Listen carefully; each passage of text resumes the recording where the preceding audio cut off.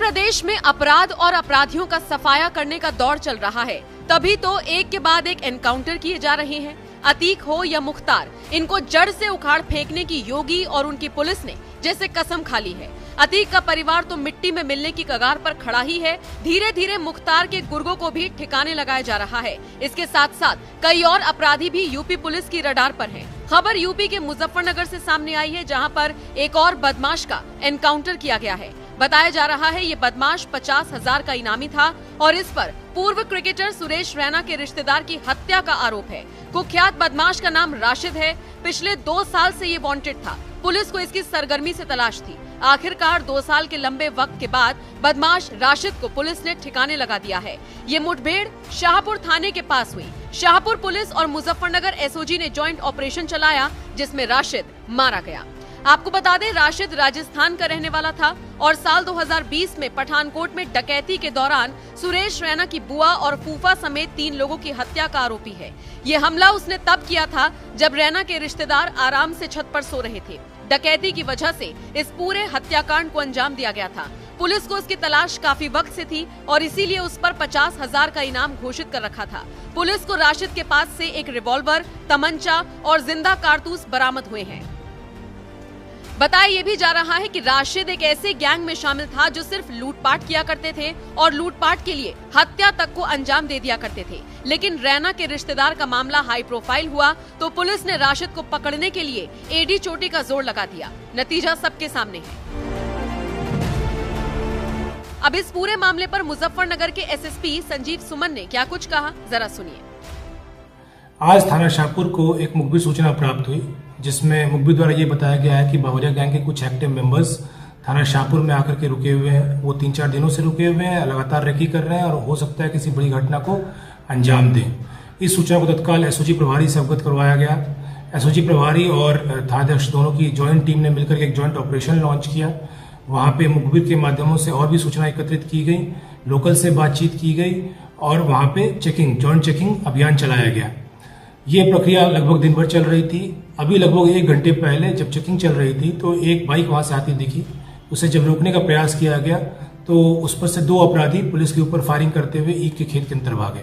Police ने उस पूरे खेतों को ऑर्डन ऑफ किया और पुलिस भी ईख के खेत के अंदर गई, जहां पे दोनों में एक्सचेंज ऑफ फायर हुआ। इस एक्सचेंज ऑफ फायर में थानाध्यक्ष शाहपुर के गोली लग गई। वो अभी हॉस्पिटल ले जाया गया उनको, वो बिल्कुल सेफ है। पुलिस ने भी जो रिटेलिएटरी फायर किया है उसमें एक अपराधी को गोली लग गई है, उसे भी तत्काल हॉस्पिटल के लिए रश किया गया। लेकिन थोड़ी देर पहले सूचना प्राप्त हुई कि उसकी मृत्यु हो गई है। जो दूसरा अपराधी है वो भागने में सफल रहा है, उसके लिए कॉम्बिंग जारी है। जब इस मृतक के बारे में पता किया गया तो पता चला कि इस मृतक का नाम राशिद उर्फ सिपहिया उर्फ चलता फिरता है। ये एक दुर्दांत अपराधी है। इसके ऊपर हत्या, डकैती और भी कई संगीन मुकदमे हैं। इसमें जो सबसे चर्चित मुकदमा है वो जो भारतीय क्रिकेटर सुरेश रैना है, उनके बुआ, फूफा और उनके एक परिवार के और जन को डकैती के वक्त उनकी हत्या कर दी गई थी। उस घटना में ये वांटेड चल रहा है। हमारे यहाँ एक डकैती और एक 307 में भी ये वांटेड चल रहा है। इसके अलावा जो आसपास के जनपदों से हम सूचना एकत्रित कर रहे हैं, इसके ऊपर और कितने मुकदमे हैं और ये कहाँ से वांटेड चल रहा है, सारी सूचना एकत्रित करने के बाद अग्रिम विधिक कार्रवाई की जाएगी। आपको बता दें, अपराधियों पर ये ताबड़तोड़ कार्रवाई उसी दौरान से जारी है जब से योगी आदित्यनाथ यूपी के सीएम बने हैं। सीएम योगी का साफ कहना है कि अपराधियों को किसी भी कीमत पर बख्शा नहीं जाएगा। हाल ही में माफिया अतीक पर हुई कार्रवाई के बाद योगी ने बड़ा बयान दिया। क्या कुछ कहा था उन्होंने, इसके साथ आपको छोड़े जा रहे हैं। आपका इस खबर पर क्या कहना है, कमेंट करके अपनी राय जरूर दें। मुजफ्फरनगर से नागरदत्त शर्मा की रिपोर्ट। एक योग्य शिक्षक का दायित्व बनता है कि जो योग्य नहीं उसको योग्य बनाना। जो योग्य है तो अपनी प्रतिभा से है ही योग्य।